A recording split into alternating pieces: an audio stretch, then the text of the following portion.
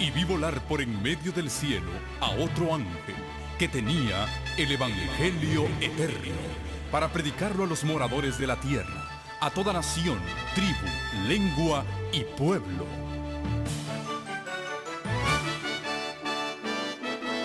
Con ustedes su programa cristiano con temas bíblicos de actualidad. Un programa que trae al mundo la verdad presente. Este es el Evangelio Eterno.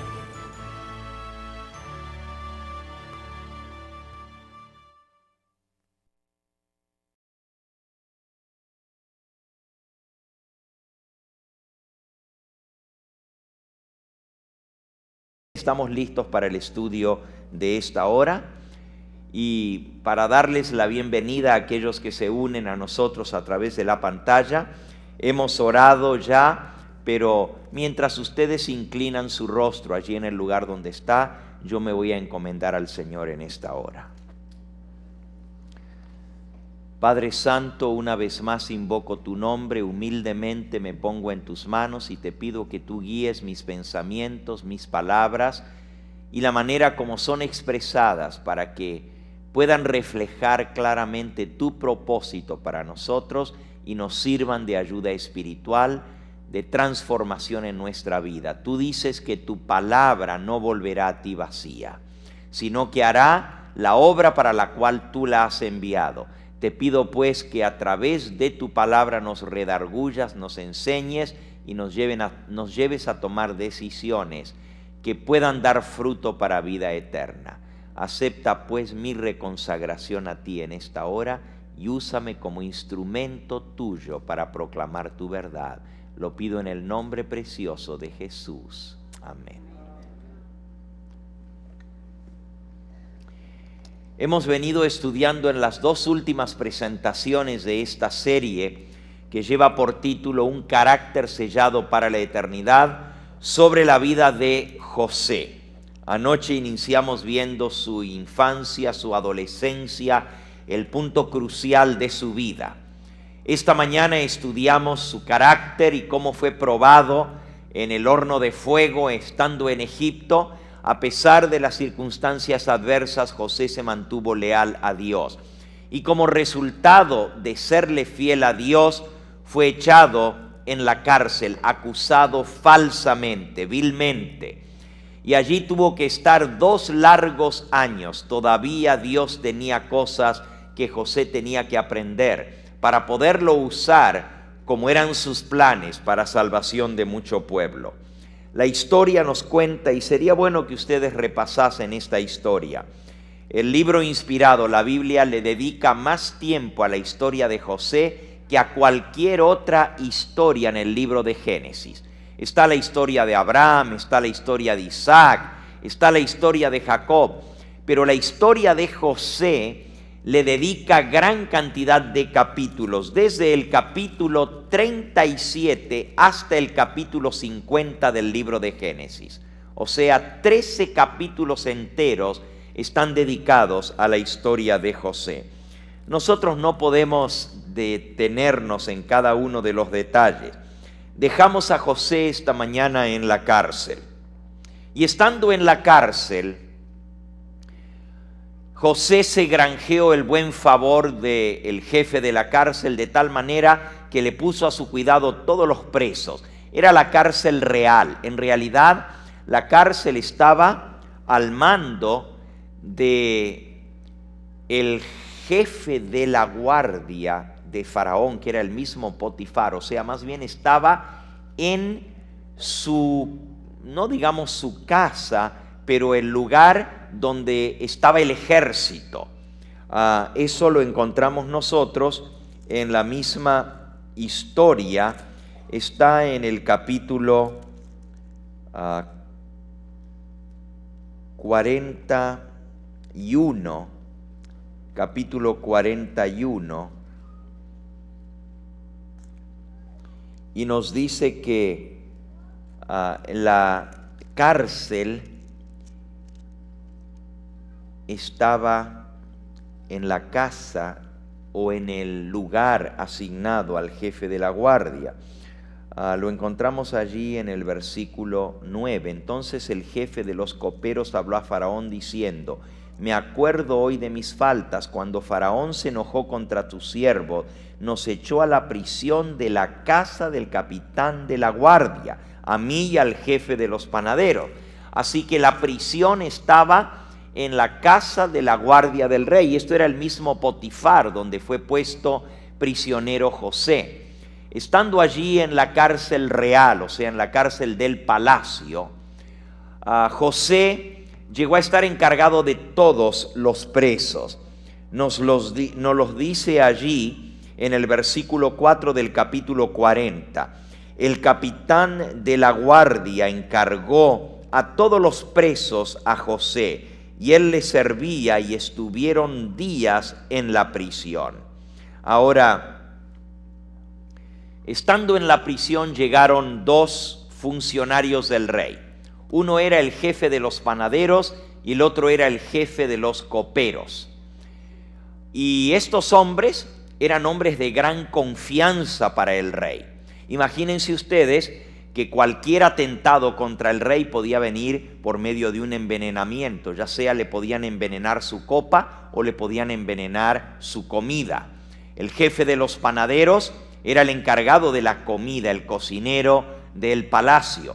Y el jefe de los coperos le tocaba probar el vino del rey en su presencia antes de entregarle la copa al rey y servirle. Eran hombres de plena confianza para con el rey. No sabemos la razón por la cual fueron echados en la cárcel, pero sí sabemos cómo terminó la historia. Estando en la cárcel, José vio que estos dos hombres estaban sumamente tristes. Estaban realmente deprimidos. Y José se acercó a darles palabras de ánimo. Les preguntó por qué estaban tan tristes. Y uno de ellos, el copero, habló y le dijo: bueno, la verdad es que estamos aquí en la cárcel y anoche yo tuve un sueño bastante impresionante y he querido tratar de entender qué significa ese sueño y no he sabido. José le dijo: cuéntame el sueño, y aunque yo no tengo sabiduría en mí mismo, le pediré a Dios que te ayude a interpretar ese sueño. El copero le contó: bueno, soñé que había una vid que tenía 3 ramas, y entonces yo veía que yo recogía los racimos de uvas de esas vides y las colocaba, las exprimía y las colocaba en la copa del rey y luego se lo daba a beber al rey. ¿Qué significa esto? ¿Qué son las 3 ramas? José le oró al Señor y el Señor le reveló el significado del sueño. Le dijo: mira, las 3 ramas representan 3 días. Dentro de 3 días, el hecho de que tú recojas las uvas, las exprimas, las coloques delante del rey en su copa, significa que el rey te va a restablecer a tu puesto anterior y vas a volver a servirle al rey. El copero se puso muy contento de esto, y al verlo así de contento, José le dijo: mira, yo soy un joven hebreo, fui echado prisionero a esta cárcel injustamente. Le contó brevemente su historia y le dijo: acuérdate, cuando vayas delante del rey, intercede por mí, por favor. Dile acerca de mí, que estoy aquí hace 2 años pudriéndome en esta cárcel y fue injustamente que me pusieron aquí. No te olvides de mí cuando llegues a servirle al rey otra vez. El copero le aseguró que no se olvidaría de él. El panadero entonces se animó a contarle su sueño y ustedes saben, él vio 3 canastillas.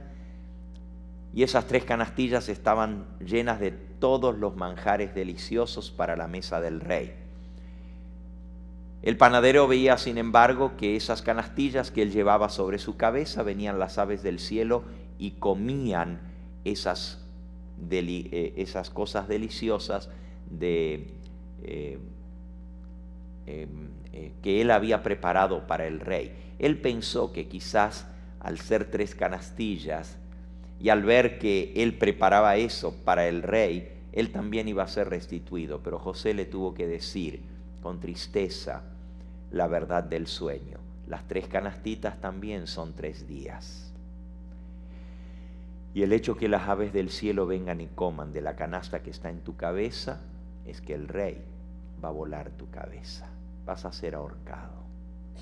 Fue una noticia muy triste, no sé de qué manera José se la dio al panadero, pero le tenía que decir la verdad. Y al cabo de los 3 días sucedió exactamente como José había dicho. El panadero fue ahorcado y el jefe de los coperos fue restituido a su puesto. Pero ahora viene la parte triste de la historia. Dice el versículo 23, al terminar el capítulo 40 de Génesis, el jefe de los coperos no se acordó de José, sino que se olvidó de él. No hay cosa más triste para un hombre que está en la cárcel que se olviden de él. Todos nosotros hemos pasado por la traición y el olvido. Cuando alguien de quien esperamos algo se olvida completamente de nosotros, ¿verdad que se siente feo? Y José había estado muchos años en la cárcel. Mucho tiempo para una injusticia. 2 años pudriéndose en una mazmorra. Ahora que tenía la oportunidad de salir, confió en este hombre. Y sin embargo el hombre le devolvió con la indiferencia. Eso es triste. José esperaba diariamente que alguna noticia vendría del rey. Cuando salió, la Biblia dice que era el cumpleaños del rey Faraón. Y en el día de su cumpleaños mandó ahorcar al panadero y restituyó al copero que le sirvió en su mesa. José se imaginó, bueno, quizás porque era el cumpleaños del rey, no quiso molestarlo, el copero, contándole mi historia, pero seguramente mañana, cuando lo tenga más de cerca, cuando no haya tanta gente presente, cuando tenga la oportunidad de servirle, le va a contar mi historia y algo va a suceder. Pero pasó el segundo día y nada sucedió. Y pasó 3, y pasaron 4 y 5 y una semana. Y José comenzó a pensar, quizás el copero se olvidó. Pasaron muchos días. La Biblia dice, aconteció que pasando 2 años, tuvo Faraón un sueño. Génesis 41:1. Le parecía que estaba junto al río, y que del río subían 7 vacas hermosas a la vista y muy gordas y pacían en el prado. Tras ellas subían otras 7 vacas de feo aspecto, enjutas de carne. Se paraban cerca de las vacas hermosas a la orilla del río. Y las vacas de feo aspecto y enjutas de carne devoraban a las 7 vacas hermosas muy gordas. Y se despertó Faraón.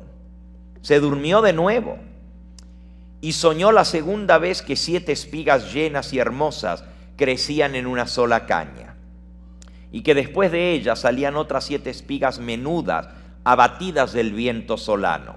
Y las 7 espigas menudas devoraban a las 7 espigas gruesas y llenas. Y otra vez se despertó Faraón, y he aquí que este era su sueño. Sucedió por la mañana que estaba agitado de espíritu, y envió e hizo llamar a todos los magos de Egipto, a todos los sabios, los adivinos. Les contó Faraón su sueño, mas no había quien pudiese interpretárselos a Faraón. Entonces el jefe de los coperos habló a Faraón, diciendo, me acuerdo hoy de mis faltas. Cuando Faraón se enojó contra sus siervos y nos echó en la prisión de la casa del capitán de la guardia y al jefe de los panaderos conmigo, él y yo tuvimos un sueño en esa misma noche, y cada sueño tenía su propio significado. Estaba allí con nosotros en la prisión un joven hebreo, siervo del capitán de la guardia, y se lo contamos a los sueños. Y él nos interpretó nuestros sueños, declaró a cada uno conforme a su sueño.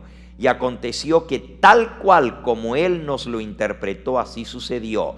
Yo fui restablecido en mi puesto y el otro fue colgado. Entonces Faraón envió y llamó a José. Lo sacaron apresuradamente de la cárcel Imagínense la sorpresa de José. Habían pasado 2 largos años. Ya había perdido toda esperanza de que este hombre se acordara de él. Y ahora de pronto lo mandan a llamar en forma sorpresiva y en forma apresurada. No le dijeron al principio a José de qué se trataba, solo el rey te manda a llamar. Obviamente subieron temores al corazón de José. ¿Qué será? Me van a enjuiciar. Posiblemente ha llegado a oídos del rey lo que yo hice. Por otro lado, también pensó en el copero y muchos pensamientos subieron a su corazón. La Biblia dice que fue apresuradamente que lo llamaron, tuvo que afeitarse y vestirse, mudó sus vestidos y fue presentado delante de Faraón. Al llegar delante del rey, después de prepararse para estar en su presencia, Faraón le contó los sueños. Y nuevamente humilde, José respondió: no está en mí el interpretar estos sueños. Versículo 16. Dios será el que le dé respuesta propicia a Faraón.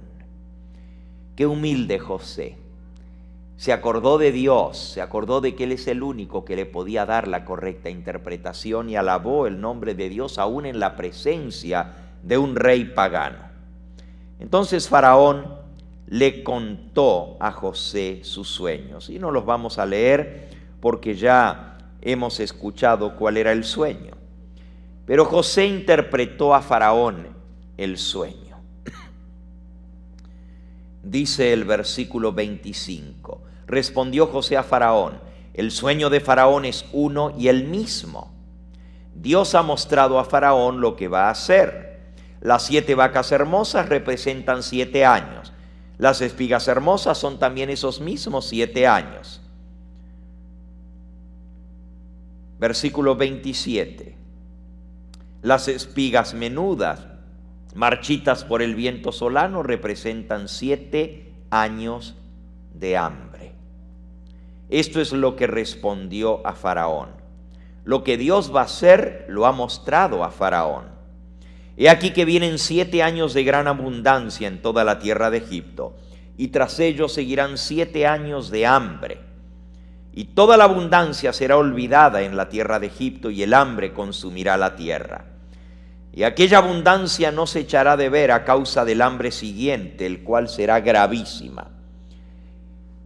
Y el suceder el sueño a Faraón 2 veces, el repetir el sueño, Dios significa que la cosa es firme de parte de Dios y que Dios se apresura a hacerla. O sea, esto se va a cumplir de inmediato. Por tanto, provee ahora a Faraón un varón prudente y sabio, póngalo sobre la tierra de Egipto. Haga esto Faraón y ponga gobernadores sobre el país. Ahora aquí José no está buscando un trabajo, no se está ofreciendo a sí mismo. La sabiduría que él tenía y que Dios le había dado le hace que aconseje al rey. No solamente le interpreta el sueño, sino le aconseja. No olviden que José había estado encargado de todos los negocios de Potifar. Tenía experiencia en cómo manejar grandes fortunas.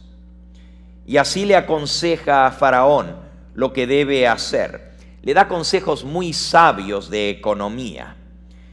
Cuando termina de dar su explicación y su consejo, Faraón quedó impresionado por la sencillez de este joven prisionero. Le habían quitado su ropa de prisionero, le habían puesto ropas decentes para ir ante el rey. Y ahora el rey dice a sus siervos: ¿acaso hallaremos, versículo 38, ¿acaso hallaremos a otro hombre como este en quien esté el Espíritu de Dios? Y dijo Faraón a José: pues que Dios te ha hecho saber todo esto, no hay entendido ni sabio como tú. Serás tú el que pondré sobre mi casa. Por tu palabra se gobernará todo mi pueblo. Solamente en el trono seré yo mayor que tú. Y dijo además Faraón a José: he aquí yo te he puesto sobre toda la tierra de Egipto. Faraón quitó su anillo, el anillo de autoridad de su mano. Se lo colocó en la mano de José, lo hizo vestir de ropas de lino finísimo, puso un collar de oro en su cuello y le hizo subir en el segundo carro y pregonaron delante de él: doblad la rodilla, y lo puso sobre toda la tierra de Egipto. Y dijo Faraón a José: yo soy Faraón, y sin ti ninguno alzará su mano ni su pie en toda la tierra de Egipto. Qué cambio para un joven esclavo, que aunque había sido bendecido por Dios en la casa de Potifar, siempre había sido esclavo. Y luego echado en la cárcel, donde por tanto tiempo estuvo, y de pronto pasar de una mazmorra, pasar de un lugar de suplicio, en los brazos que habían tenido cepos, ahora le pusieron brazaletes de oro. Qué cambio tan grande para José, ir de una cárcel directamente a ser el primer ministro de Egipto. Esto es algo que ni aún en la historia más fantástica de la Cenicienta es tan maravillosa, y esas son historias ficticias, inventadas por el hombre, pero lo que nosotros estamos leyendo es una historia real que sucedió. ¿Saben ustedes que en una de las tumbas de Egipto se contó la historia del hambre en Egipto? 7 años de abundancia y 7 años de hambre. Esta historia que está en la Biblia está confirmada por documentos arqueológicos encontrados en una tumba en Egipto. Lo que la Biblia cuenta es realmente verdad, pero la historia es tan increíble, tan maravillosa, ir de la cárcel al trono de Egipto. José comenzó a ver y a entender los planes de Dios, pero saben, así como José aprendió a ser humilde en la cárcel, eso lo había preparado para ser humilde en el puesto en Egipto. El que no es humilde, cuando llega a un puesto, se le manifiesta su orgullo y arruina todo el bien que podría hacer. Este no fue el caso de José. José siguió siendo humilde a pesar de llegar a ser el segundo en el reino. Y aunque el rey mandó a que todos se postraran delante de él y lo honraran, José se ocupó arduamente de su trabajo. Hizo construir graneros, compró cantidad de trigo y abastecimiento. El grano era tan abundante porque la tierra de Egipto era regada por el único río que pasa por Egipto. Egipto es un desierto, en realidad está al norte del África. Es el mismo desierto de Sahara, donde no crece nada, absolutamente nada, es pura arena. Yo he estado varias veces en Egipto, y si usted sale del curso del Nilo, o sea, del valle del Nilo, es pura arena. Cuando uno va a visitar las pirámides de Egipto, están en medio de arena, no hay otra cosa sino arena. Pero el río trae, con las inundaciones anuales, limo fértil, o sea, crece el río, sale de su cauce, inunda toda esa tierra, y lo que era arena luego se llena de un limo fértil. El río trae mucha tierra de su camino y eso queda depositado, y al correr de los años, con las inundaciones anuales del río Nilo, se ha ido depositando una rica capa de varios metros de tierra fértil, orgánica, que el río arrastra por su curso y la viene a depositar en la inundación en el valle del Nilo. Ese valle fértil es donde se cultiva. Es tan impresionante cuando uno llega a Egipto, cuando uno va bajando en el avión, uno puede ver desde arriba el inmenso desierto, va atravesando el desierto y puras dunas de arena. Se ve solo amarillo abajo, todo blanco del desierto, pero de pronto alcanza a divisar en el horizonte como una cinta negra. Desde arriba del cielo en el avión se ve como que fuera algo negro. Cuando se va acercando y va bajando el avión, uno nota que no es negro, sino es color verde oscuro desde la altura. Es el Valle del Nilo. Tiene varios kilómetros de ancho. Y en ese valle es el único lugar donde crece algo. Parece que esos 7 años de abundancia, el río trajo agua en cantidad. La cosecha fue extraordinaria. Las inundaciones del Nilo superaron todo lo que se había visto en la historia de Egipto anteriormente. Se extendió la inundación por muchos kilómetros a la redonda del río. Y luego que el río bajó, dejó una capa de lodo que al irse secando era lodo fértil, y eso fue sembrado en cantidad. La gente cosechó tanta abundancia en esos 7 años que literalmente no sabían qué hacer con la comida. A todo esto, José estaba comprando a todo el que le quisiera vender comida. Hizo construir graneros por todo Egipto, dividió el país en regiones. Como el Nilo corre de norte a sur, se cultivó en todo lo largo del Nilo. Y la historia la pueden leer ustedes allí en el libro de Génesis, pero la organización que él tuvo fue extraordinaria.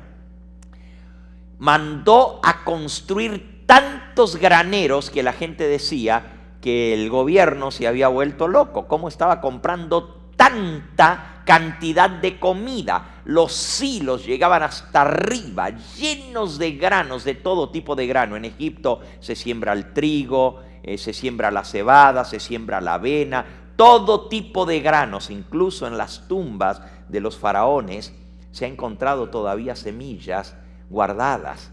Y es interesante porque el poder que tiene la semilla es algo grandioso. Se han encontrado semillas enterradas en la arena, en las tumbas de los faraones, que después de 4000 años se sembraron y crecieron. Imagínense el poder que Dios ha puesto en esas pequeñas semillas. Pero bueno, volviendo a la historia de José, los graneros se llenaron a capacidad y él siguió construyendo más y más graneros. La gente estaba feliz, hizo mucha fortuna porque el gobierno les estaba comprando todo el surplus, o sea, todo lo que sobraba, año tras año, por 7 años. La abundancia de Egipto fue increíble. La gente le sobraba el dinero, así como hoy en día los países árabes no saben qué hacer con el dinero que sacan del petróleo. Así Egipto en esos 7 años estuvo en la abundancia. La gente malgastó de una manera tremenda la fortuna que habían conseguido vendiendo, pero como había tanta abundancia, los precios comenzaron a bajar y a bajar. Y el gobierno les estaba pagando centavos por las toneladas de grano, pero la gente, con tal de no perderlo, lo vendía. Y así José amontonó para llegar a ser el granero del mundo entero. Imagínense que cuando vinieron los años de escasez, la gente comenzó a comprender. No habían guardado, porque no veían la necesidad. Año tras año, cada vez más cosechas. ¿Para qué vamos a guardar si el año que viene va a haber tanta cosecha como ahora? Sin embargo, cuando al año siguiente no hubo inundación del Nilo, no hubo nada de cosecha. No es que hubo menos, simplemente no hubo cosecha. No se pudo sembrar, no hubo agua, no hubo manera de sembrar nada. Y la gente no tenía que comer, pero bueno, el gobierno había hecho provisión. Ahora sí, José abrió los graneros y comenzó a vender la comida. Solo que ahora la tenían que pagar al precio del gobierno. Y José era el que ponía los precios. Imagínense después de 2, 3, 4, 5 años sin comida. La gente gastó todo lo que tenía. La abundancia, como hemos leído en el sueño, no se iba a ver siquiera por la tremenda escasez. Y así sucedió literalmente. La Biblia dice que la gente vendió todo lo que tenía. Vendió sus campos, vendió sus propiedades, vendió sus casas, vendió sus negocios para comprar comida. Todo lo vendieron, hasta sus ropas, y hasta ellos mismos se pusieron a servidumbre. Cuando se acabó el dinero y seguía el hambre año tras año, Ya para el quinto, el sexto año, cuenta la Biblia allí que la gente no tenía más con qué comprar nada y ellos mismos se pusieron de esclavos, o sea, se vendieron a sí mismos a Faraón a cambio de comida para mantener a su familia. El gobierno se hizo sumamente rico. Faraón llegó a ser el más poderoso de toda la tierra y la abundancia que ahora tenía el gobierno era tal que tenía millones de personas que dependían de ellos para alimentarlos. Pero el hambre no solamente fue en Egipto. La sequía fue por muchas partes. Todas las naciones vecinas fueron afectadas. Y aquí volvemos a la historia de la familia de Jacob. Jacob allá en Canaán también. Habían tenido años de abundancia, pero luego vinieron los años de escasez. No había comida. Y la Biblia dice en el capítulo 43 y en el versículo 1,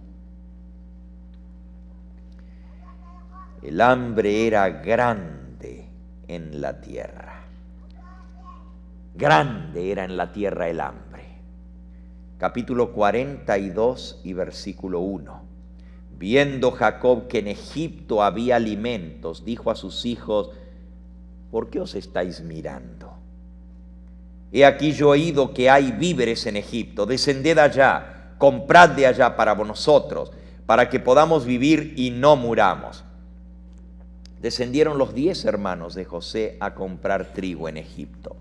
Mas Jacob no envió a Benjamín, el hermano de José, con sus hermanos, porque dijo: no sea que le acontezca algún desastre. Vinieron los hijos de Israel a comprar entre los que vendían. Hicieron la fila con toda la demás gente, porque había hambre en la tierra de Canaán. Y José era el señor de la tierra, quien le vendía a todo el pueblo de la tierra. Y llegaron los hermanos de José y se inclinaron a él el rostro en tierra. Y cuando José vio a sus hermanos, los reconoció. Los conoció, mas hizo como que no los conocía, y les habló ásperamente y les dijo: ¿de dónde habéis venido? Y ellos respondieron: de tierra de Canaán, para comprar alimentos. José pues conoció a sus hermanos, pero ellos no le reconocieron. Entonces se acordó José de los sueños que había tenido acerca de ellos. Ahora, hermanos, imagínense José viendo a estos muchachos. Cuando él fue vendido, tenía 17 años, era un niño saliendo de la pubertad. Sus hermanos, sin embargo, eran mayores todos que él. El único que era menor era Benjamín. Los hermanos ya eran hombres hechos y derechos. El menor de todos le llevaba un poco más de un año a José, ya tenía 18 años, ya era un hombre. Y todos los demás eran hombres de 20, 25, 26, 30 años. Es cierto que habían pasado 20 años, estaban más viejos, pero José los reconoció. Primero, que venían de Canaán. Segundo, el idioma que hablaban, hebreo. Apenas los vio, se dio cuenta que era su familia. ¿Saben? Por 20 años José se había preguntado: ¿qué será de mi familia? ¿Qué será de mi padre, de mis hermanos? Pero había algo que no le permitía, aún siendo el segundo en Egipto y teniendo la posibilidad de mandar a buscar su familia, había algo que estaba en su corazón. Y que si mi padre está muerto y mis hermanos, el odio que me tenían cuando me vean, me van a matar. ¿Para qué voy a regresar a mi casa? Pero en su corazón, en secreto, tenían anhelo un día de volverse a reunir con su familia. Y ahora, cuando los vio, el corazón les dio un vuelco. Ahora, ¿por qué sus hermanos no lo reconocieron a él, si él los reconoció? Bueno, en primer lugar, el cambio en la vida, ¿verdad?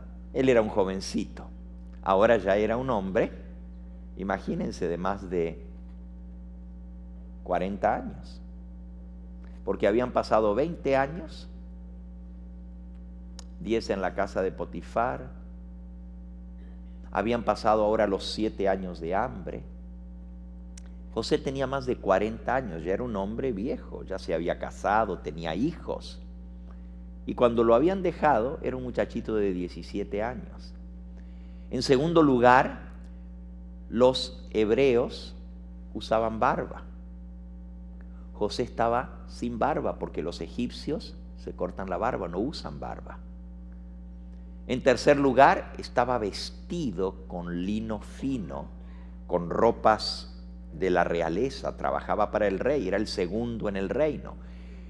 Yo me imagino que los hermanos, al dirigirse a Egipto, habrán pensado, bueno, ¿y qué será de nuestro hermanito que vendimos a Egipto? ¿Será que lo podremos ver? ¿Qué sabrá de él? Pero al venir a Egipto jamás se imaginaron ni por lo más remoto que lo iban a ver de verdad. Ni tampoco, si hubieran venido a buscar a su hermano, nunca lo hubieran buscado en el palacio del rey, lo hubieran buscado entre los esclavos. ¿Cómo se iban a imaginar que este hombre, el más poderoso de todo Egipto, era su propio hermano? Jamás se les podría haber pasado. Pero hay otra cosa. Ustedes recuerdan que José les hablaba a través de un traductor. El hermano que ellos habían conocido hablaba solamente hebreo. ¿Cómo se iban a imaginar ahora que este hombre tan poderoso, que solamente, entre comillas, hablaba el idioma egipcio, era su propio hermano? Ahora José, antes de identificarse y antes de poder reunirse con su familia, quería saber la verdad de estos muchachos. Quería saber el corazón de ellos. Y esa es la razón por la cual él no se da a conocer y les habla ásperamente. ¿De dónde han venido? Y ellos respondieron: de la tierra de Canaán, a comprar alimentos. Dice el versículo 9: entonces se acordó José de los sueños que había tenido acerca de ellos y les dijo: ustedes son espías, por verlo descubierto del país habéis venido. ¿Por qué José los acusa de ser espías? Aunque no lo dice el texto, da a entender que él se recordó. Dice: José se acordó de los sueños. Los dos sueños que él había tenido, de las espigas y de el sol, la luna y las estrellas. Pero cuando él le contó esos sueños a sus hermanos, fue que ellos lo odiaron más y decidieron matarlo. Cuando José fue a la tierra de Dotán a buscarlos, enviado por su padre, los hermanos lo vieron venir de lejos y seguramente lo acusaron amargamente. ¿Y saben de qué lo acusaron? Vienes a espiarnos para ver lo que estamos haciendo, ¿no es cierto? Para irle a llevar tus cuentos a nuestro padre. A eso vienes, ¿verdad? Y José les debe haber dicho: no, yo no vengo como espía de ustedes. Vengo más bien a ver cómo están y a llevarles las noticias a mi padre. Él quiere saber cómo están. No, ya te conocemos. Vienes nomás para llevar tus chismes a nuestro padre. Ya sabemos lo que tú hiciste. Por eso él se enojó con nosotros. Todo eso debe haber pasado en la mente de José cuando ve a sus hermanos. Por eso lo primero que se le viene a la mente es acusarlos de ser espía. Pero también José tenía un plan. Y había un plan de Dios detrás de todo esto. El plan era despertar la conciencia de esos muchachos. Habían pasado 22 largos años. La historia dice que era el segundo año de hambre en la tierra. Cuando finalmente José manda a buscar a su padre, le dice: ven, porque todavía quedan 5 años más de hambre en la tierra. Habían pasado 22 largos años. 10 años estuvo en la casa de Potifar, incluyendo los 2 años en la cárcel. Fueron 12 años. 10 años, perdón, no estoy sacando bien la cuenta, pero sí recuerdo que son 22 años que estuvo lejos de su familia. Eso lo dice la historia un poquito más adelante. Y ahora, al ver a los hermanos, él quiere saber si realmente son los mismos de siempre o si han cambiado. Quiere ponerlos a prueba. Por 22 años esos muchachos habían engañado a su padre, habían enmudecido. Viendo el dolor de su padre fueron insensibles. José no sabe nada de lo que pasó después de su vendida a Egipto, pero quiere saber cuál es el corazón de ellos, qué piensan con respecto a Dios y qué piensan con respecto a sí mismos, cuál es la actitud que ellos tienen para con su hermano José, que vendieron, si es que todavía se acuerdan de él, y cómo tratan a su padre. Por eso los acusa de ser espías. Ellos respondieron: no, Señor. Versículo 10, Génesis 42, 10. Tus siervos han venido a comprar alimentos. Todos nosotros somos hijos de un solo varón. Somos hombres honrados. Tus siervos nunca fueron espías. Pero José les dijo: no, para haberlo descubierto del país habéis venido. Y ellos respondieron: tus siervos somos 2 hermanos, hijos de un varón en la tierra de Canaán. El menor está con nuestro padre y el otro no parece. Imagínense la emoción de José cuando escucha a sus hermanos contar la historia que él conocía. Y les escucha decir: el menor está con su padre. Eso por lo menos lo puso tranquilo. No le hicieron a mi hermanito más chiquito lo mismo que a mí. A lo menos todavía está con el padre, pero ¿cómo sabía si la historia era cierta? La última partecita: y el otro no aparece. Le mostró que ni siquiera le dijeron mentira, porque no le dijeron está muerto, lo devoró una fiera, que era la historia que le habían hecho a su padre, sino dijeron no parece. José les dijo: esto es lo que he dicho, afirmo de que son espías. Él no quería de inmediato revelarse, quería probar el corazón de estos hombres. Los voy a probar. Versículo 15. Vive Faraón, que no saldréis de aquí, sino cuando vuestro hermano menor viniere aquí. Tráiganme a su hermanito menor, y entonces voy a saber que me han dicho la verdad. Enviad a uno de vosotros y traiga a vuestro hermano, y vosotros quedaos aquí, presos, y vuestras palabras serán probadas, si hay verdad en vosotros, y si no, vive Faraón, que sois espía. Entonces los puso juntos en la cárcel por 3 días. Ahora, hermanos, Dios estaba guiando a José, pero Dios también estaba permitiendo para que el cambio que había comenzado a efectuarse en el corazón de esos muchachos se completara y la conversión viniera a ellos. Dios primero tenía que despertar la conciencia de ellos. Y yo creo que bien que fue despertada la conciencia, porque cuando estuvieron todos juntos en la misma cárcel, y qué interesante, José los pone en la cárcel donde él estuvo, en el mismo lugar donde él pasó tantos años encerrado. Al 3er día les dijo José: haced esto y vivid. Yo temo a Dios y sois hombres honrados. Quede preso en la casa de vuestra cárcel uno de vuestros hermanos, y vosotros id y llevad el alimento para el hambre de vuestra casa. Pero traeréis a vuestro hermano menor, y serán verificadas vuestras palabras, y si no, moriréis. Y ellos lo hicieron así. Y decían el uno al otro. Y ahora los hermanos comienzan a hablar entre sí.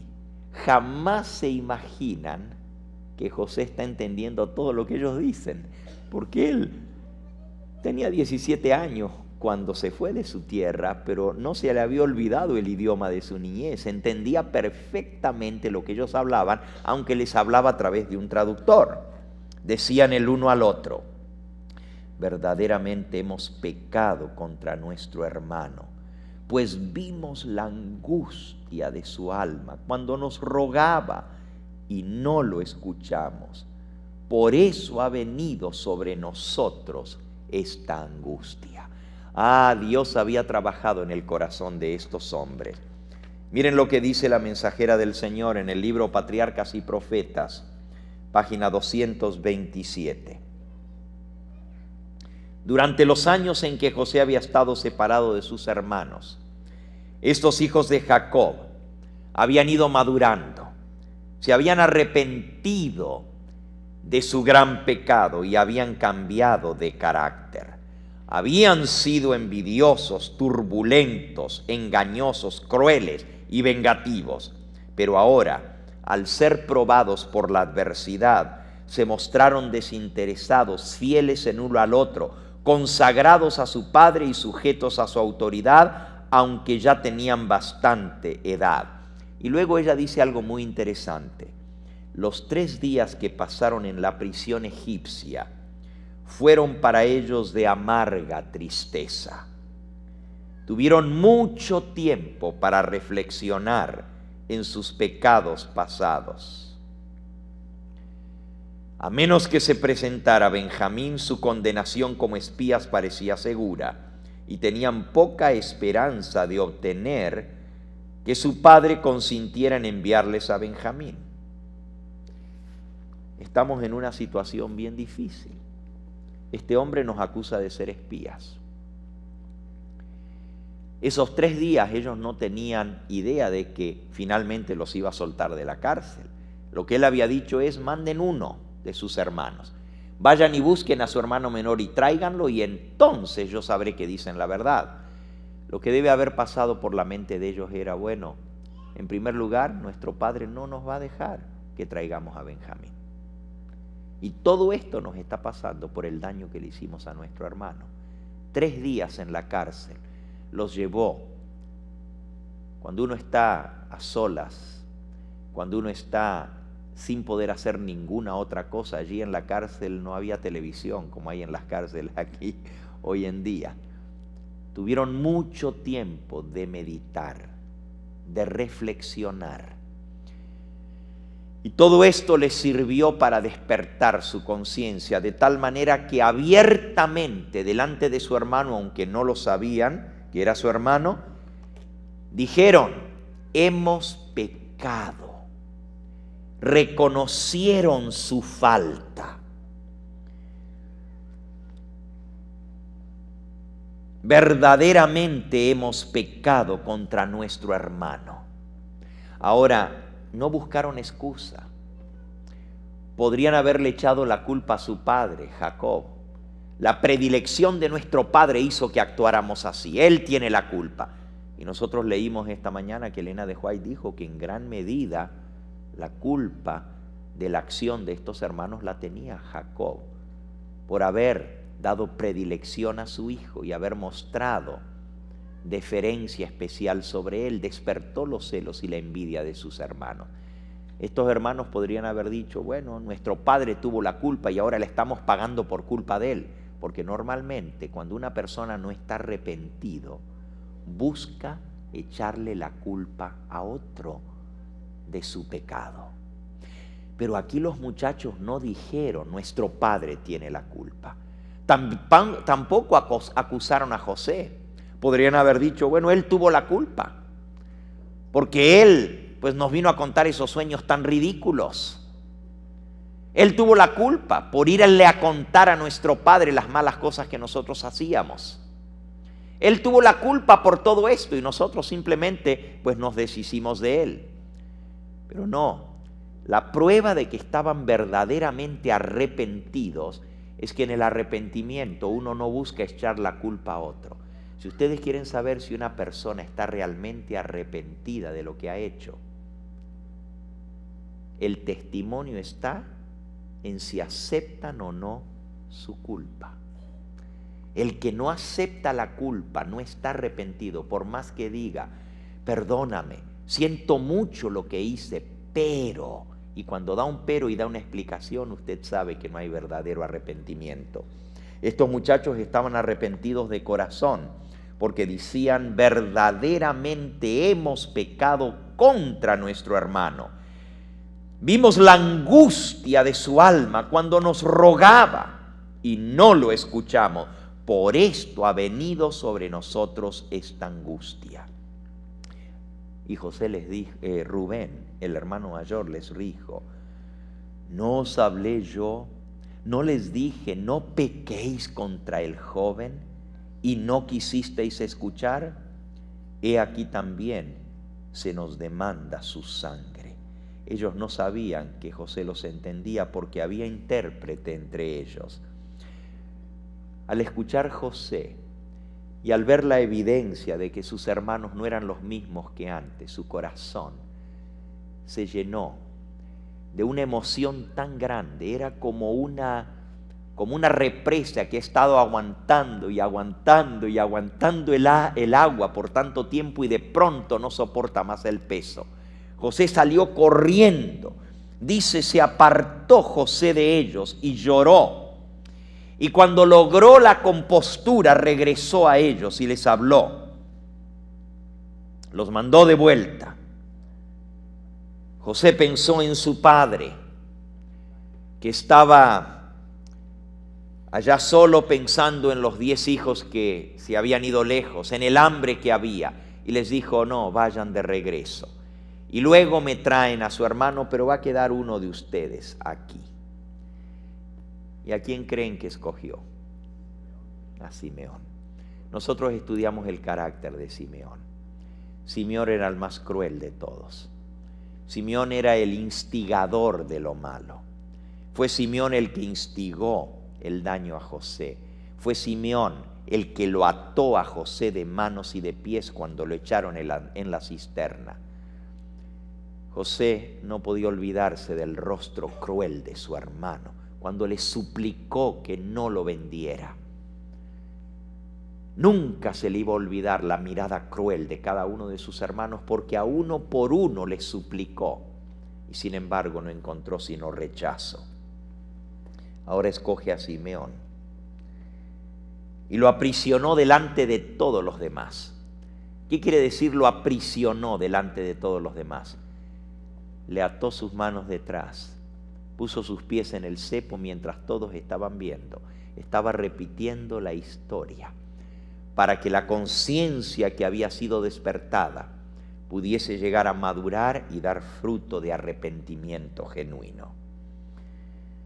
Después mandó José que llenaran los sacos de trigo y devolviesen el dinero de cada uno de ellos poniéndolo en su saco, y les diesen comida para el camino, y así se hizo con ellos. Pusieron su trigo sobre sus asnos y se fueron de allí.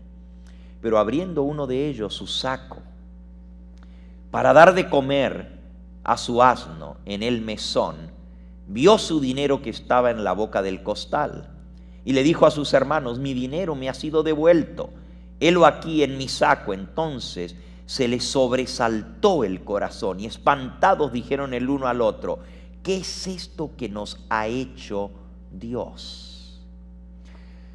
Ahora, todavía estos muchachos no habían aprendido la lección a confiar en Dios. En lugar de decir: qué bendición tan grande nos ha dado Dios, tenían cola de paja, tenían miedo, sabían que habían hecho mal, y por eso se espantaron y se atemorizaron y le dijeron a Jacob, su padre, en la tierra de Canaán, todo lo que les había acontecido. Aquel varón, el Señor de la tierra, nos habló ásperamente, nos trató como espías en la tierra. Y nosotros le dijimos: somos hombres honrados, nunca fuimos espía, somos 2 hermanos, hijos de un solo padre. Uno no aparece y el menor está con nuestro padre en la tierra de Canaán. Entonces aquel varón, el Señor de la tierra, nos dijo: en esto conoceré que sois hombres honrados. Dejad conmigo a uno de vuestros hermanos y tomad para el hambre de vuestras casas y andad, y traedme a vuestro hermano el menor, para que yo sepa que sois espía, que no sois espía, sino hombres honrados. Y así os devolveré vuestro hermano y negociaréis en la tierra. Y aconteció que vaciando ellos sus sacos, y aquí el saco de cada uno estaba atado la bolsa del dinero. Y viendo ellos y su padre los atados de dinero tuvieron temor. Entonces Jacob les dijo: me habéis privado de mis hijos. José no parece, Simeón tampoco, y ahora se quieren llevar a Benjamín. Contra mí son todas estas cosas. Vieron la negatividad de su padre. Aunque Jacob había sido convertido, todavía los rasgos de su carácter anterior afloraban en momentos difíciles. Y este era un momento muy difícil para Jacob. Dijo: no irá el muchacho conmigo. Versículo 38, con ustedes. No descenderá mi hijo con vosotros, pues su hermano ha muerto y él solo ha quedado. Y si le aconteciere algún desastre en el camino, por donde vais haréis descender con dolor al Seol mis canas. De esa manera no pudieron regresar, dejaron a Simeón en la cárcel. Simeón pasó muchos meses en la cárcel. Aconteció que cuando se acabaron los alimentos que trajeron de Egipto, les dijo Jacob: volved, comprad para vosotros un poco más de alimento. Y Judá respondió: aquel varón nos protestó con ánimo resuelto, diciendo: no veréis mi rostro si no traéis a vuestro hermano con vosotros. Si enviareis a nuestro hermano con nosotros, descenderemos y compraremos alimento. Pero si no lo enviares, no iremos. Porque aquel varón nos dijo: no veréis mi rostro si no traéis a vuestro hermano con vosotros. Dijo entonces Israel: ¿por qué me hiciste tanto mal, declarando al varón que teníais otro hermano? Ahora aquí se ve la debilidad de Jacob. Jacob les está echando la culpa a ellos. No piensa que ellos están en las manos de Dios y que Dios está guiando todas las cosas. Si él realmente confiaba en el Dios de su padre Isaac y de su padre Abraham, ¿por qué tenía tanto temor? ¿Por qué no confiaba en el Señor? Pero les echa la culpa a ellos. No pensó que ellos estaban en un momento de aprieto. No pensó que ellos tuvieron que decir la verdad. Simplemente les reclamó, les recriminó, les dijo: ¿por qué me hicieron a mí el mal? La persona negativa siempre ve que todo el mal es contra él. Primero dijo: todo esto es en contra mío. Ahora dijo: ¿por qué me hicieron a mí este mal? Todos estaban en el mismo barco. Sin embargo, Jacob lo veía todo contra él. ¿Por qué le declararon que tenían otro hermano? En otras palabras, les está diciendo: hubiera sido mejor que mintieran. ¿Cómo podía Dios bendecirlos de esta manera? Jacob tenía todavía muchas cosas que aprender. Como cada uno de nosotros tenemos cosas que aprender en nuestra vida. Ellos le dijeron: el hombre de Egipto nos hizo preguntas directas, no podíamos darle la vuelta a la pregunta. Nos preguntó, versículo 7, ¿vive aún vuestro padre? ¿Tenéis otro hermano? ¿Cómo le podíamos mentir? Le declaramos la verdad. ¿Acaso podíamos saber que él nos iba a decir: haced venir a vuestro hermano? ¿Qué culpa tenemos nosotros? ¿Por qué nos echas la culpa a nosotros de esto que ha sucedido? Entonces Judá le dijo a su padre: envía al joven conmigo, nos levantaremos, iremos, a fin de que vivamos y no muramos nosotros y tú y todos nuestros niños de hambre. Y yo te respondo por él: a mí me pedirás cuenta. Si yo no te lo vuelvo a traer y si no te lo pongo delante de ti, seré para ti el culpable para siempre. Y si no nos hubiéramos detenido con esta discusión, ya hubiéramos ido y vuelto 2 veces. Israel, su padre, le respondió: está bien, toma de lo mejor de la tierra en vuestros sacos y llevad a aquel varón un presente, un poco de bálsamo, un poco de miel, aromas, mirra, nueces, almendras. Imagínense, le va a llevar a José, el dueño de toda la tierra de Egipto, regalos. Todavía Jacob confía en su astucia. Todavía Jacob sigue sus tretas anteriores. ¿Se acuerdan?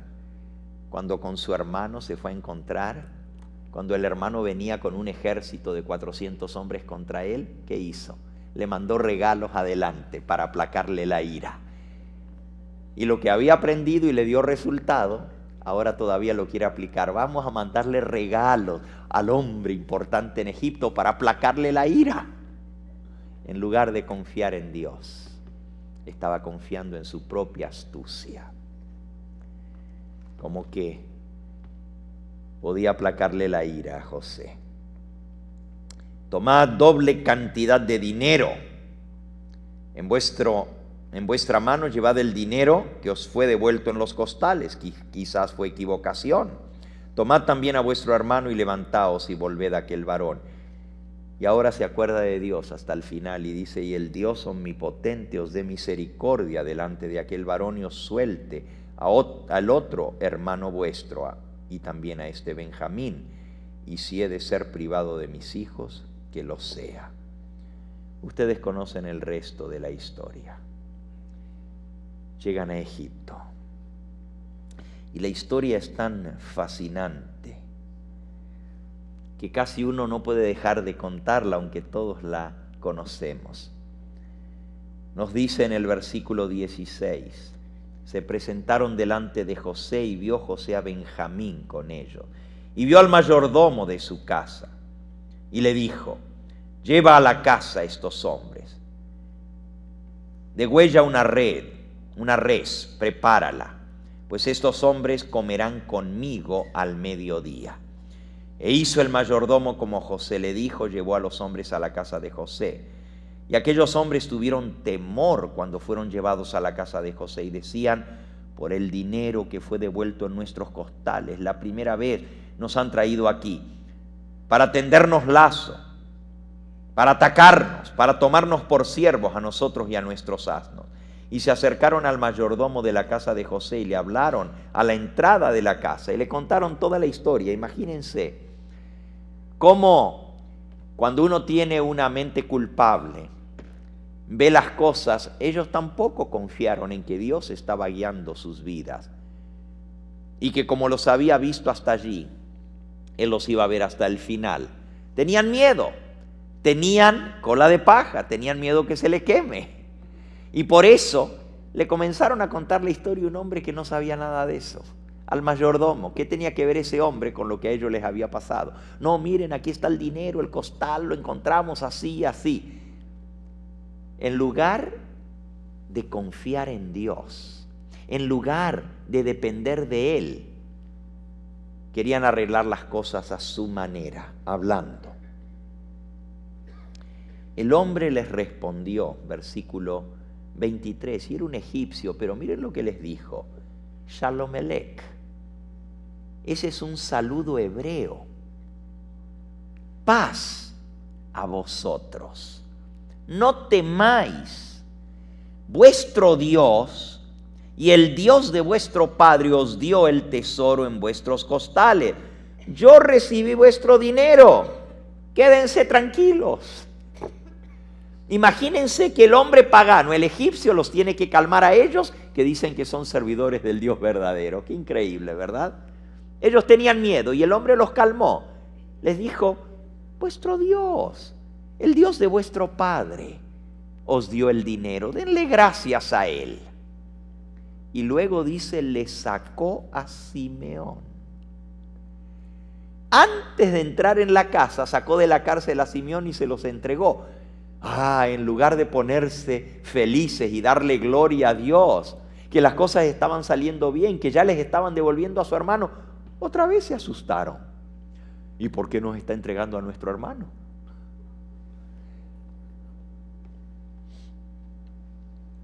Los llevó aquel varón a la casa de José, les dio agua, le lavó sus pies, les dio a comer a sus asnos.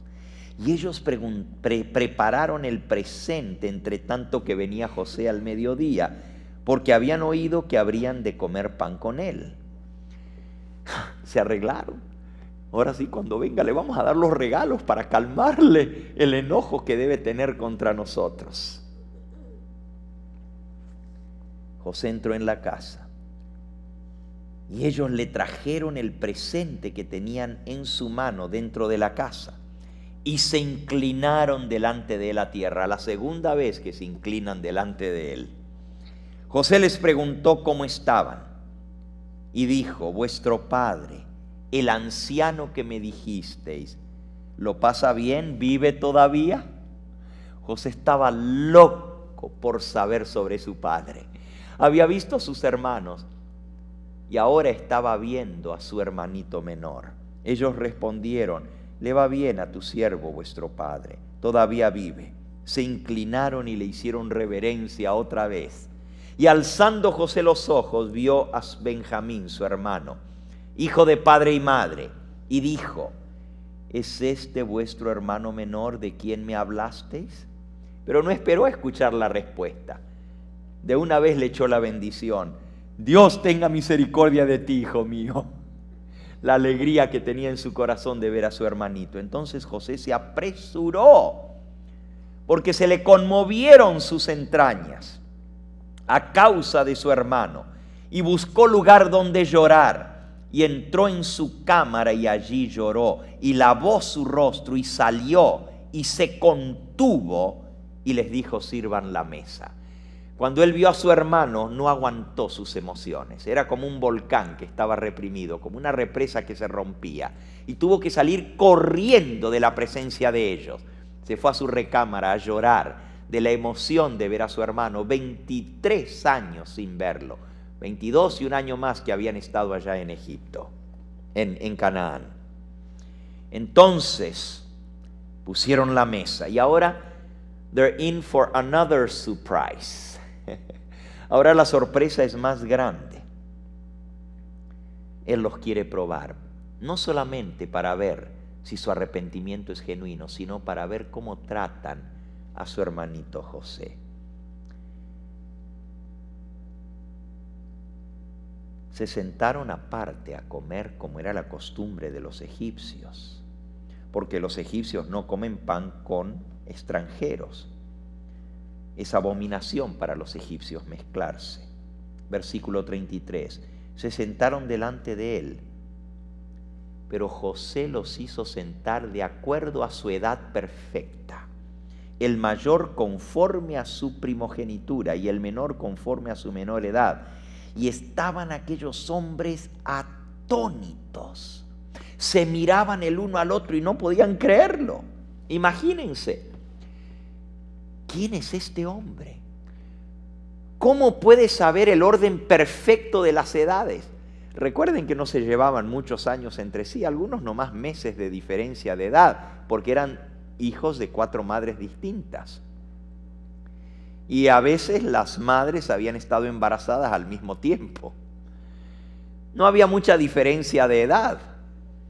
¿Cómo pudo este hombre saber nuestra edad? Pero dice que José los puso exactamente en orden, desde Rubén hasta Benjamín, de acuerdo a su edad. Quedaron atónitos, espantados. Este hombre sabe más de nosotros que lo que nos imaginamos. Seguro mandó a averiguar de nosotros. Seguro hizo una pesquisa. Seguramente mandó espías a que averiguasen de nosotros en la tierra de Canaán. Y si no, este hombre tiene poderes que nosotros no conocemos. Comenzaron a hablar entre sí. José escuchó lo que hablaban. Y eso le dio la idea de la próxima treta. Este hombre tiene poderes, ¿cómo va a saber nuestra edad? Es como adivino. Eso le dio la idea a José de lo próximo. No sin antes servirle a Benjamín 5 veces la porción que a cualquiera de ellos.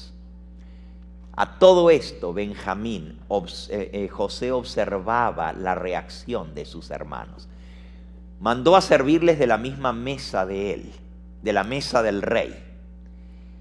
Y cuando les sirvió 5 veces a Benjamín, lo mejor, 5 porciones, y a ellos cada uno una, estaba viendo los rostros de ellos. Sin embargo, la Biblia dice: ellos bebieron y se alegraron con él.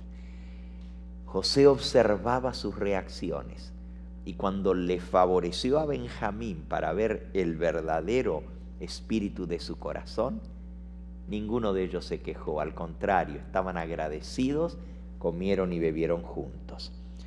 En el capítulo 44 está la historia de la partida y el regreso a Canaán. Pero aquí José les juega otra treta. Ahora tiene que estar completamente seguro del cambio en el corazón de estos muchachos. Él quiere ver si confían en Dios, quiere ver si se aman entre sí, quiere ver si aman a su hermanito menor después de tanto odio y tanto daño que le hicieron a él. Los manda de vuelta a la casa y les vuelve a poner el dinero cada uno en la boca de su costal, pero les dice al mayordomo: llena los costales, ponles el dinero como la otra vez, pero ahora vas a poner mi copa, la copa de plata en la boca del costal del menor con el dinero de su trigo. Y él hizo como José le había dicho. Venida la mañana, los hombres fueron despedidos con sus asnos. Y habiendo salido de la ciudad, de la que aún no se habían alejado, dijo José al mayordomo: corre, levántate, sigue a los hombres, y cuando los alcances diles: ¿por qué me habéis devuelto mal por bien? ¿Por qué habéis robado mi copa de plata? ¿No es esta la que bebe mi señor y por la que suele adivinar? Habéis hecho mal en lo que hicisteis. Algunos podrían decir: bueno, ¿por qué José mintió? Él no adivinaba con esa copa. Ya les dije, la idea les había salido de ellos mismos cuando dijeron: debe ser adivino este hombre, porque cómo nos puso en orden de edad. Por eso ahora le vino la idea y usó esa treta para ver el verdadero corazón de ellos. Ellos respondieron: oh, jamás, todo lo contrario. Si la vez anterior, cuando nos pusieron el dinero o cuando encontramos el dinero en los costales, lo trajimos de vuelta para devolverlo, ¿cómo van a pensar ustedes de que nosotros nos robamos algo? Jamás haríamos tal cosa. Versículo 8, el dinero que hallamos en la boca de nuestros costales te lo devolvimos desde la tierra de Canaán. ¿Cómo pues habríamos de hurtar de la casa de tu señor plata ni oro? Aquel de tus siervos en quien se halle la copa, que muera, y aún nosotros seremos siervos de mi señor. Se excedieron. En lugar de confiar en Dios, se excedieron. Estaban tan seguros que hablaron de más. Se pusieron en las manos. O sea, se sirvieron en bandeja de plata al hombre poderoso de Egipto. Si encuentras la copa, que muera el que le encuentre en la copa, y todos los demás vamos a ser esclavos.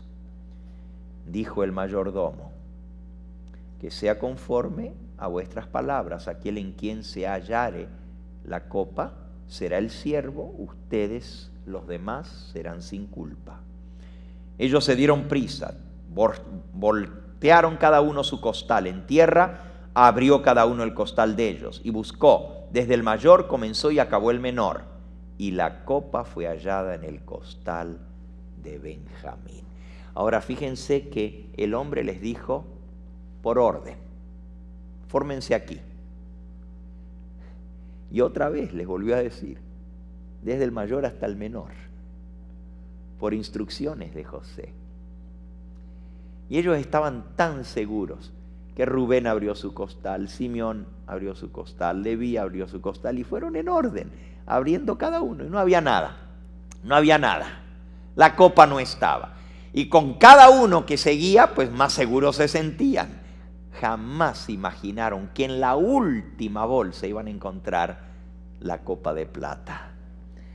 Ahora, la reacción de estos muchachos nos muestra que realmente estaban aprendiendo su lección y que eran hombres cambiados, aún a pesar de sus debilidades que todavía tenían, aún a pesar de su falta de fe y sus temores. La obra que Dios había comenzado a hacer en sus corazones estaba avanzada. Miren cuál fue la reacción. Rasgaron sus vestidos, versículo 13. Cargó cada uno su asno y volvieron a la ciudad. Ahora, hermanos, podrían haber mandado a Benjamín solo. Podrían haber dicho, bueno, en él encontraron la copa, nosotros somos libres, nos volvemos con nuestro padre. Pero no lo hicieron. Todos asumieron la responsabilidad. Todos juntos volvieron a Egipto a ver qué hacían para librar a su hermano. Todos estuvieron dispuestos a sufrir juntos. Qué cambio de aquellos que una vez habían vendido a José para deshacerse de él. Vino Judá con sus hermanos a la casa de José, y aún estaba él en la casa, y se postraron delante de él en tierra. Esta es la cuarta vez que se inclinan delante de él. Si hubieran sabido que este era José, imagínense, el sueño que él había tenido se estaba cumpliendo, pero no en su totalidad aún. Y José les dijo, ¿qué acción mala es esta que ustedes hicieron? ¿No sabéis que un hombre como yo sabe adivinar? Y ahora estaban más seguros de eso. Entonces dijo Judá, ¿qué diremos a mi señor? ¿Qué hablaremos? ¿Con qué nos justificaremos? Dios ha hallado la maldad de tus siervos. He aquí nosotros somos siervos de mi Señor, nosotros y también aquel en cuyo poder fue hallada la copa. Y José respondió, nunca yo haga tal cosa. El varón en cuyo poder fue hallada la copa, él será mi siervo. Ustedes vayan de vuelta en paz con vuestro padre. Qué prueba tan grande. Ahora sí va a haber el verdadero sentimiento del corazón. Váyanse de vuelta. Podrían haber dicho, bueno, el varón nos mandó de vuelta, ¿qué más podíamos hacer? Podrían haber dicho si no les hubiera importado, pero miren, lo que sigue es uno de los discursos más elocuentes de todo el Antiguo Testamento. Lo hizo Judá y habló en nombre de todos los hermanos. Y las cosas que él habló muestran la prueba del cambio que había en sus corazones. Judá se acercó a él y le dijo, ay, Señor mío, te ruego que permitas que hable tu siervo una palabra en oídos de mi Señor. No se encienda su enojo con tu siervo, pues tú eres igual que Faraón. Mi Señor preguntó a sus siervos diciendo, ¿tenéis padre o hermano? Y nosotros respondimos a mi Señor, tenemos un padre anciano y un hermano joven, pequeño aún, que le nació en su vejez, y un hermano suyo murió, y él solo quedó de los hijos de su madre, y su padre lo ama. Y tú dijiste a tus siervos, traédmelo, y pondré mis ojos sobre él. Y nosotros dijimos a mi Señor, el joven no puede apartarse del lado de su padre, porque si lo dejare, su padre morirá. Y dijisteis a tu siervo, si vuestro hermano menor no desciende con vosotros, no veréis más mi rostro. Aconteció pues, que cuando llegamos a mi padre tu siervo, le contamos las palabras de mi Señor. Y dijo nuestro padre, volved, comprad alimento. Y nosotros respondimos, no podemos ir si nuestro hermano no va con nosotros, iremos, porque no podremos ver más el rostro de ese varón si no está con nosotros nuestro hermano menor. Entonces tu siervo mi padre nos dijo, vosotros sabéis que 2 hijos me dio a luz mi mujer, el uno salió de mi presencia, y pienso que de cierto fue despedazado, y hasta ahora nunca más lo volví a ver. Si tomáis también a este de delante de mí, y le acontece algún desastre, haréis descender mis canas con dolor al sepulcro. Ahora pues, cuando vuelva yo a tu siervo mi padre, si el joven no va conmigo, como su vida está ligada a la vida de él, sucederá que cuando yo no vea al joven, mi padre va a morir cuando no vea a su hijo, y tus siervos harán descender las canas de tu siervo nuestro padre con dolor al Seol. Como tu siervo salió por fiador del joven con mi padre, diciendo, si no te lo vuelvo a dar, yo seré culpable ante mi padre para siempre. Te ruego, por tanto, que quede ahora tu siervo en lugar del joven por siervo de mi señor, y que el joven vaya con sus hermanos. Porque ¿cómo volveré yo a mi padre sin el joven? No podré, por ver el mal que sobrevendrá a mi padre. Hermanos, este discurso es tan elocuente que José no soportó más. Cuando escuchó lo que Judá estaba diciendo, hablando en nombre de todos los hermanos. Cuando vio que había verdadero amor en el corazón de ellos por su padre anciano, que se preocupaban más por él que por ellos mismos. Cuando vio lo desinteresado del ofrecimiento de Judá, me quedo yo como esclavo, pero manda al muchacho para allá porque mi padre no podrá sufrirlo. Cuando vio el amor por Benjamín y el amor por su padre, José se convenció. Estos no son los mismos hombres que antes. Y dice la Biblia, y ahora viene el reencuentro más hermoso, algo extraordinario. No podía ya José contenerse delante de todos los que estaban al lado suyo. Y clamó, que salgan de mi presencia todos. Y no quedó nadie con él al darse a conocer José a sus hermanos. Ahora imagínense a sus hermanos. No sabían lo que estaba sucediendo. Judá habla vehementemente, pidiendo la vida de su hermano, pidiendo que los dejen regresar a su padre. Estaba en juego el futuro de todos ellos y la vida de su padre también. Y al terminar su discurso sucede algo raro. Este hombre poderoso en quien estaba la vida de ellos en su mano, manda que todos salgan. Y les dije, quédense ustedes acá. Y manda sacar a todos. Los muchachos se asombran, se espantan, no saben lo que está pasando.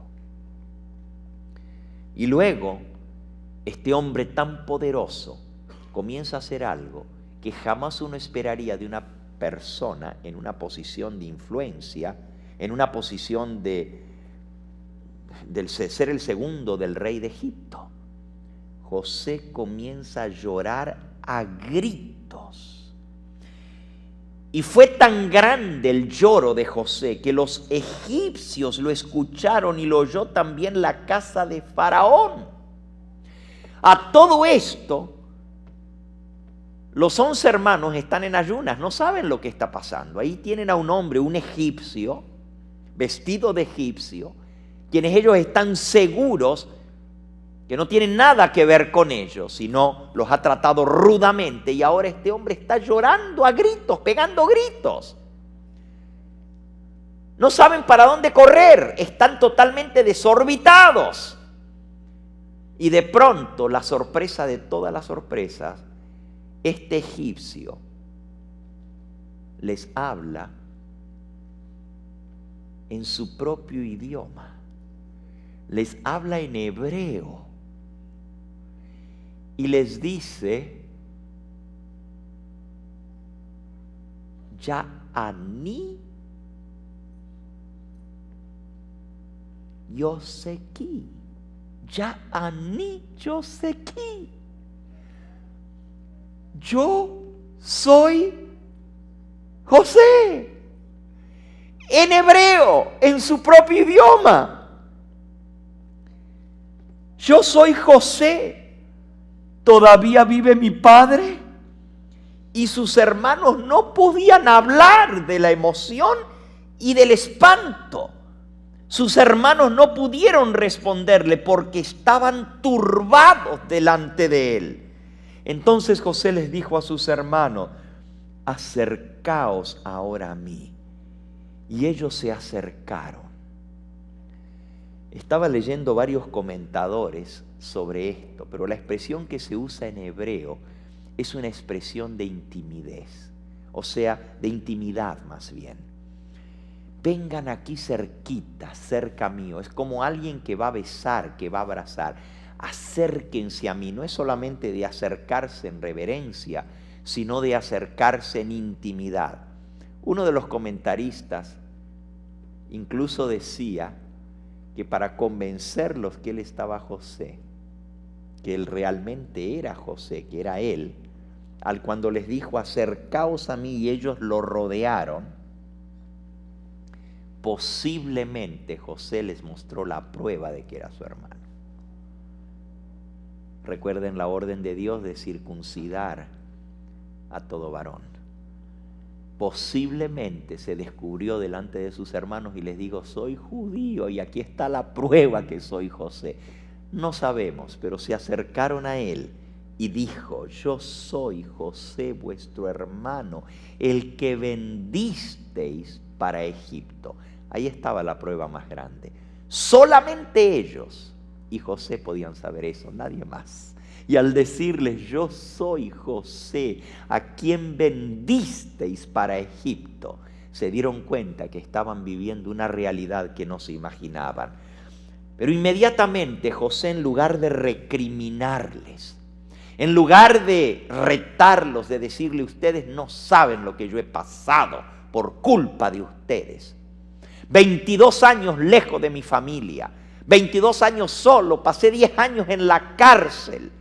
Ustedes no tienen una idea, sí, ahora me ven muy importante aquí en Egipto, pero para llegar aquí lo que me costó por culpa de ustedes, nada de eso. No hay una sola palabra de recriminación, no hay una sola palabra de angustia, de ira, no hay una sola palabra de dolor en su corazón, no hay raíz de amargura en el corazón de José.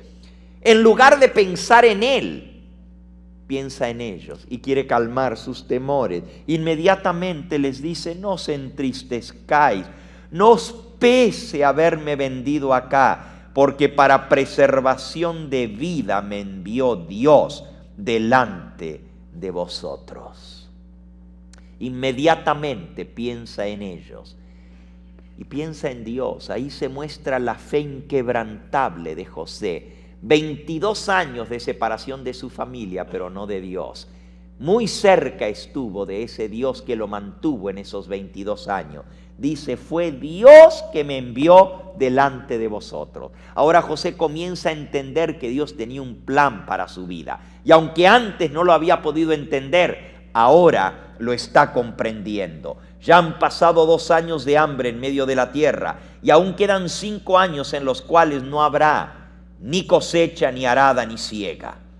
Y Dios me envió delante de vosotros para preservaros posteridad sobre la tierra y para daros vida por medio de gran liberación. Así pues, no me enviasteis acá vosotros, sino Dios, porque me ha puesto por padre de Faraón, por señor de toda su casa y por gobernador en toda la tierra de Egipto. Daos prisa, id a mi padre y decidle: así dice tu hijo José, Dios me ha puesto por señor de todo Egipto, ven a mí, no te detengas, habitarás en la tierra de Gosén, estarás cerca de mí, tú y tus hijos y los hijos de tus hijos, tus ganados, tus vacas, todo lo que tiene. Allí te alimentaré, pues aún quedan 5 años de hambre para que no perezcas de pobreza tú y tu casa y todo lo que tiene. Y aquí, vosotros, vuestros ojos ven, y los ojos de mi hermano Benjamín, que mi boca os habla. Haréis pues saber a mi padre toda mi gloria en Egipto y todo lo que habéis visto, y dados prisa y traed a mi padre acá. Y luego dice: se echó sobre el cuello de Benjamín, su hermano, y lloró. Hermanos, cuando no hay verdadero perdón, la persona dice: yo los perdono, pero quiere estar lejos de ellos. No quiere intimidad. Cuando una persona perdona de corazón, y a veces nosotros perdonamos, pero decimos: te perdono, pero tú por allá y yo por aquí. Te perdono, pero no me olvido de lo que me hiciste. ¿Qué ejemplo nos da José? No solamente los perdonó, sino él quería tener a toda su familia con él. Él podría haber dicho: he pasado 22 años solo, no los necesito. Está bien, los perdono, pero ellos allá les puedo mandar su comidita. No, vénganse todos aquí, con sus hijos, con sus nietos, toda la familia la quiero junta. Qué hermoso. En esto José se parece mucho a Jesús. Y en nuestro próximo tema vamos a ver a José como símbolo de Cristo. Lloró sobre el cuello de Benjamín, y también Benjamín lloró sobre su cuello, y besó a todos sus hermanos, y lloró sobre el cuello de ellos, y también sus hermanos hablaron con él. Y se oyó la noticia en la casa de Faraón diciendo: los hermanos de José han venido, y esto agradó a los ojos de Faraón y de sus siervos. Y dijo Faraón a José: dile a tus hermanos, hagan esto, carguen vuestras bestias, id, volved a la tierra de Canaán, tomad a vuestro padre y a vuestras familias y venid a mí, porque os daré lo bueno de la tierra de Egipto y comeréis de la abundancia de la tierra. Y tú manda, haced esto: tomaos de la tierra de Egipto carros para vuestros niños y vuestras mujeres, y traed a vuestro padre y venid. Y no os preocupéis por vuestros enseres, porque la riqueza de la tierra de Egipto será vuestra. Y así lo hicieron los hijos de Israel. Y les dio José carros conforme a la orden de Faraón. Les suministró víveres para el camino. A cada uno de todos ellos les dio mudas de vestido. Y a Benjamín le dio 300 piezas de plata y 5 mudas de vestido. Y a su padre envió esto: 10 asnos cargados de lo mejor de Egipto, 10 asnas cargadas de trigo y pan y comida para su padre en el camino. Y despidió a sus hermanos. Y ellos se fueron. Y miren la recomendación que les dio para el camino. Les dijo: no riñáis por el camino. No se peleen por el camino. Y subieron de Egipto y llegaron a la tierra de Canaán, a Jacob su padre. Y les dieron las nuevas diciendo: José, tu hijo José vive aún y es el Señor de toda la tierra de Egipto. Y el corazón de Jacob se afligió y no podía creer lo que sus hijos le decían. Y ellos le contaron todas las palabras de José que él les había hablado. Y viendo Jacob los carros que José enviaba para llevarlos, su espíritu revivió. Entonces dijo Israel: basta, ya es cierto, José mi hijo vive todavía, iré y lo veré antes que muera. Imagínense, 10 carros para transportar a la familia y asnos con comida y todo lo necesario. El encuentro entre José y su padre es algo emocionante. Imagínense ese hijo que tan solo tenía 17 años y era el hijo favorito de su padre. Lo dejó de ver por 22 años y ahora vuelve a encontrarse con él. Qué alegría tan grande. Qué gozo tan tremendo. José unió a su familia. La decisión que tomó José al ser separado de su familia, de servirle a Dios, fue la que hizo posible todo este gran milagro. Claro, Dios estaba detrás de esto. Y José lo reconoció claramente, dijo: no fueron ustedes. Les quitó la culpa de su pecado. Les dijo: no fueron ustedes que me vendieron a Egipto, fue Dios que lo permitió, para salvar a toda nuestra posteridad, para daros vida con gran liberación. José es el que libera a su familia de una muerte segura. José es el que se sacrifica por su familia para darles todo lo necesario. Así también, el hijo preferido del Padre Celestial dejó el cielo y vino a un lugar donde fue tratado como esclavo, fue maltratado, fue puesto en una prisión también. Y por nosotros tomó ese lugar para que nosotros pudiéramos ser perdonados y tener entrada para vivir en la abundancia del Padre Celestial. Cuán hermoso es saber que Dios tiene un plan para la vida de cada uno de nosotros. Y al leer la historia de Jacob solamente pensamos: si Dios pudo hacer algo tan grande, porque la historia de Jacob es mejor que una novela. Uno escucha esa historia, los niños escuchan la historia de la Cenicienta y del zapatito de cristal, pura tontería.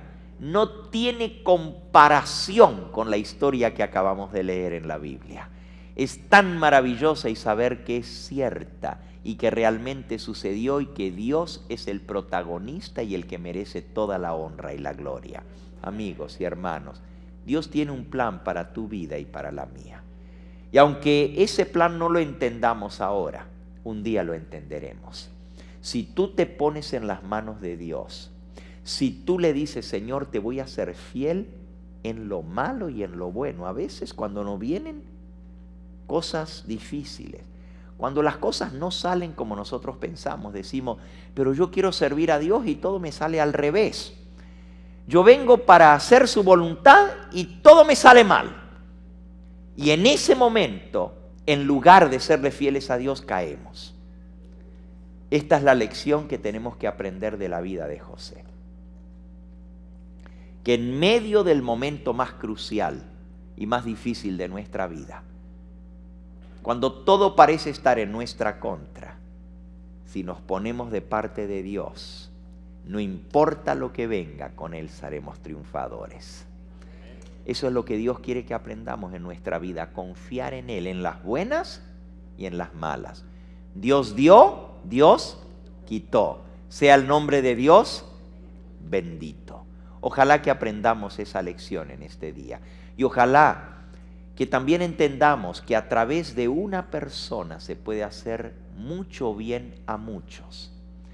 Elena de White dice que la actitud de José, su perdón ilimitado a sus hermanos y la manera como los trató, hizo que la obra que Dios ya había comenzado en ellos se completara. El carácter de esos muchachos fue cambiado totalmente. Fue tan grande la impresión que esto causó en la vida de ellos, que dejaron de ser los hombres que eran. Ya habían cambiado por el dolor de su padre su carácter, pero ahora llegaron a ser perdonadores, amantes, desinteresados. José los probó 3 veces, dándole a Benjamín montón, le dio dinero, le dio vestidos, le dio 5 veces porción de comida y no hubo queja alguna en el corazón de ellos, porque habían aprendido a ser desinteresados, habían aprendido a amar al Dios de Israel, su Padre, y a serle fieles. La vida de estos muchachos fue totalmente distinta de allí en adelante, y de esos 12 hijos de Jacob salieron las 12 tribus de Israel. Se multiplicaron en Egipto, pasaron 400 años allá, y al final salieron de Egipto con gran liberación. Y esa historia del pueblo de Israel es la historia del pueblo de Dios moderno. También Dios forma sus tribus modernas. Saca no de Egipto, sino de Babilonia a su pueblo. Justo antes de la liberación final, Dios va a derramar sus plagas, muy parecidas a las que derramó sobre los egipcios, sobre los habitantes de esta tierra. Dios va guiando a su pueblo que Él sacó de Babilonia, cumpliendo una profecía. Dios trae al pueblo de Israel al pie del monte Sinaí y allí les da su ley, les da el santuario, les da la reforma pro salud, les da el sistema de organización, les enseña sobre el diezmo y prepara a su pueblo para llevarlo a Canaán. De igual manera, Dios sacó al pueblo adventista en 1844 de Babilonia, del Egipto espiritual, y nos llevó al desierto para que aprendamos nuestra lección. Como pueblo de Israel moderno, formamos las tribus del Israel actual y Dios va a sellar 12,000 de cada tribu para gloria y honra de su nombre. Yo quiero estar entre los sellados. Yo quiero poder reflejar el carácter de Cristo, y de todos los hermanos, el que más se asemejó a Cristo fue José. Sin embargo, todos lograron vencer sus defectos de carácter. ¿Quieres pedirle al Señor en esta noche que Él te ayude para vencer tus defectos de carácter? Para serle fiel en medio de la tribulación. Qué fácil es servir a Dios cuando todo nos sale bien, ¿verdad? Qué fácil es actuar por principio cuando todo va a nuestro favor, pero cuando las cosas se cruzan y las cosas no salen como nosotros queremos, qué rápido es buscar venganza, qué fácil es tomar las cosas en nuestras manos y actuar contrario a la voluntad de Dios solamente por orgullo, solamente por despecho, solamente por decir se la voy a dar para que aprendan su lección. José no actuó de esa manera. Y qué ejemplo para nosotros. Ojalá que ninguno de nosotros tengamos raíz de amargura en nuestro corazón. Que cuando decimos que perdonamos, sepamos de verdad perdonar. Porque muchas veces decimos, yo ya lo perdoné, pero él por allá y yo por acá. Deja que él vaya por allá, que él forme su grupo, que yo formo mi grupo aparte. Cada uno por su lado. Porque no realmente hemos aprendido a perdonar. Cuando perdonamos de corazón, Dios nos puede bendecir. Y dice la Escritura que si aprendemos a perdonar a nuestros hermanos, Dios nos perdonará a nosotros nuestras ofensas.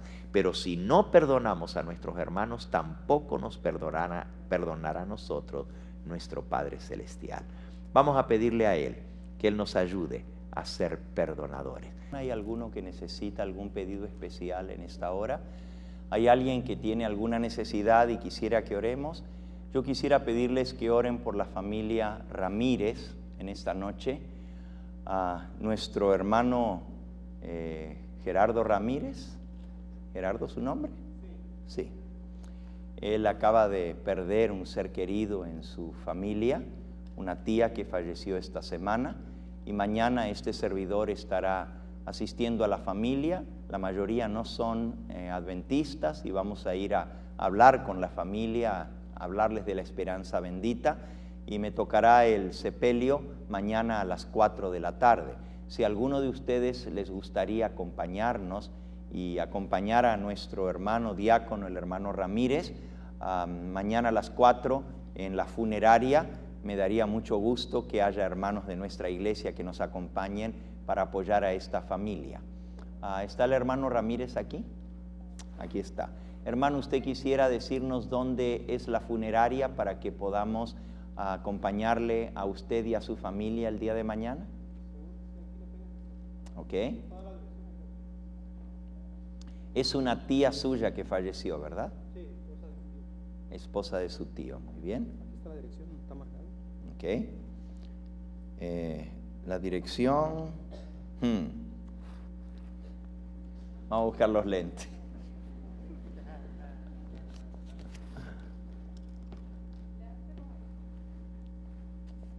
Aquí está. La funeraria se llama Macmillan McCormick Mortuary. Macmillan McCormick. Y la dirección es 1016 al oeste de la calle 164 en la ciudad de Gardena, California. 1016 West 164 Street en Gardena, California. Los que vivan por allá, por la zona sur, nos pueden acompañar. Eso llegan un poquito antes de llegar a Anaheim. ¿Okay? A las 4 de la tarde será el sepelio. ¿Hay algún otro pedido de oración en esta noche? ¿Alguien más tiene alguna necesidad? Hermano Víctor. El nuevo grupo que se está iniciando en Montclair. Muy bien. Hermanita.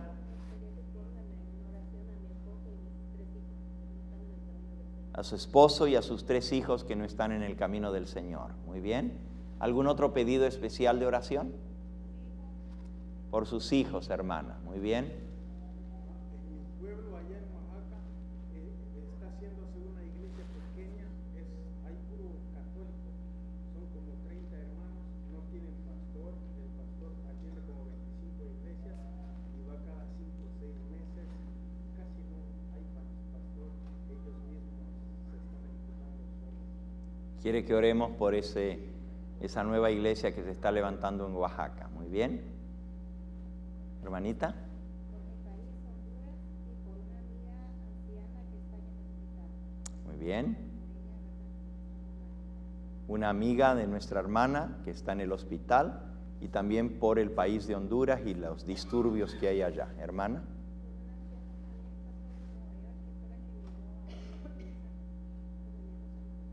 Muy bien. Por nuestras visitas que están en esta noche aquí para que no se nos vayan. Sigan viniendo. Por nuestras visitas que están aquí en esta noche, que sigan viniendo y que esta sea su casa, ¿verdad? Qué bueno. ¿Eli?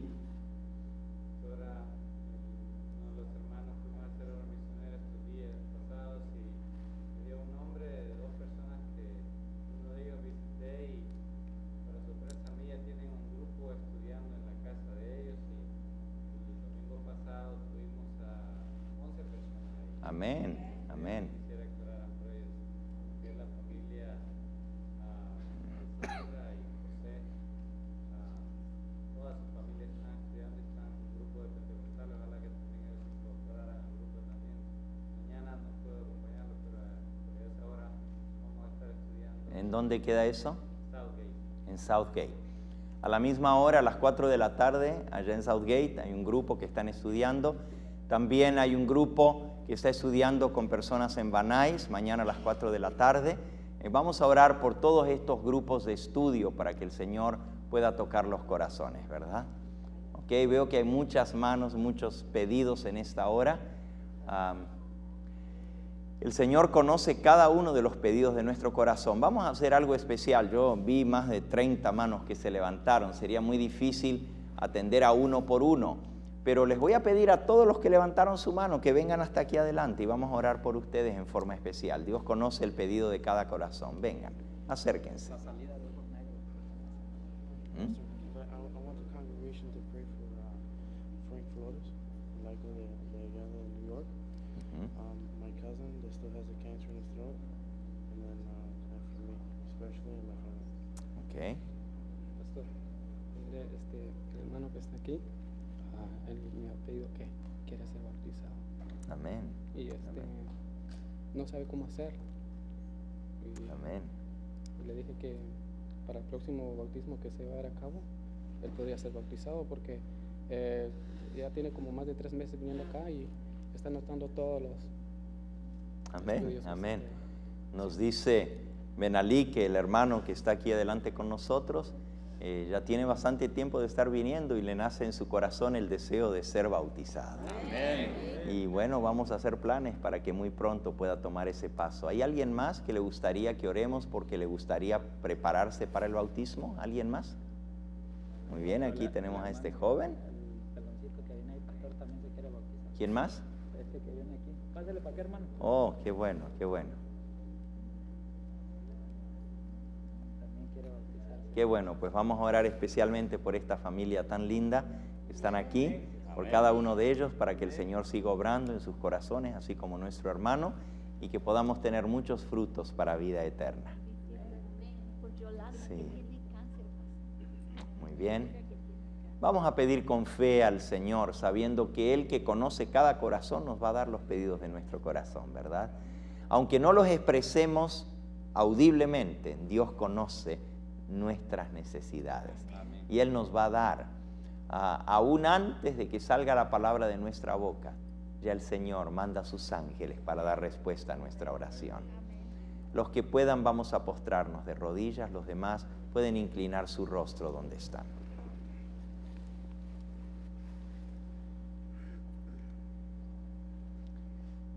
Padre Santo y Dios nuestro, seguimos alabando tu nombre, porque tú eres bueno y para siempre es tu misericordia.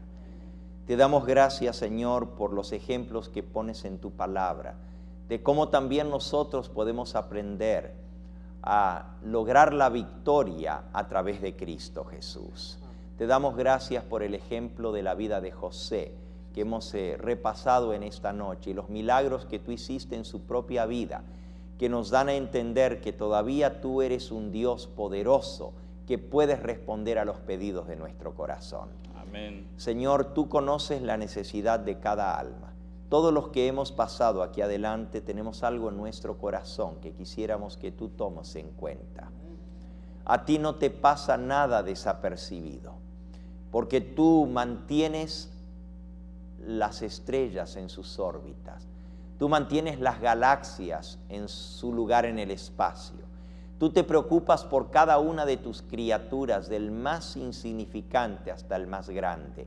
Y por eso sabemos que así como tú guiaste la vida de José, enderezaste sus pasos y transformaste lo malo que desearon sus hermanos para él en algo grande y glorioso para honra de tu nombre, también tú puedes transformar lo malo en nosotros y hacer algo bueno para gloria tuya. Te pedimos que bendigas a cada alma que ha pasado aquí adelante en esta hora, que respondas a los pedidos de su corazón. En forma especial te pedimos por aquellos que tienen hijos, seres queridos que están fuera de tu redil, que los traigas de vuelta, Señor, antes que sea demasiado tarde. Permite, Señor, que tu Espíritu Santo pueda seguir obrando en el corazón de cada uno de tus hijos para que podamos ver las maravillas obradas en su favor. Te pedimos que respondas a la oración de las madres en esta hora. Que también, Señor, te acuerdes de nuestros seres queridos, donde quiera que estén, y los traigas a ti. Oramos por los débiles, por los enfermos, por los deudos que han perdido algún ser querido, que tú les repongas en su corazón el gozo y la paz de saber que descansan en el Señor. Amén. Te pedimos, Señor, también por aquellos que no tienen trabajo, por aquellos que están pasando dificultades, por los grupos de estudio, los nuevos grupos que se están abriendo para proclamar tu palabra, por las almas sinceras que te buscan. Oh Señor, tú conoces cada petición de cada corazón. Sé propicio a cada uno de nosotros. Hay hermanos que no tienen trabajo, Señor, que tienen problemas en el seno de su hogar, de su familia, que hay dificultades grandes que no saben cómo solucionar. Ponemos todo en tus brazos de amor, sabiendo que tú vas a responder de acuerdo a la medida de fe que hay en cada corazón. Y aquellos que a través de la pantalla nos están escuchando en esta hora, que allí donde están también les alcance la bendición de tu mano. Que así como tú estuviste con José durante toda su vida, y tu palabra repite vez tras vez, y Jehová estaba con José, que eso mismo se pueda decir de cada uno de nosotros, porque hemos hecho la decisión más importante de nuestra vida, que es la de servirte a ti de todo corazón, la de obedecerte aún en medio de las dificultades. Cuando no veamos claramente el fin desde el principio, confiar en ti y hacer tu voluntad. Despídenos con tu bendición, bendícenos en esta nueva semana que se inicia, y que todos los que estamos aquí podamos escuchar tu voz cada día y seguirla para gloria de tu nombre. Amén. En Jesús lo agradecemos y lo pedimos todo. Amén, Señor. Amén. Una feliz semana para cada uno de ustedes.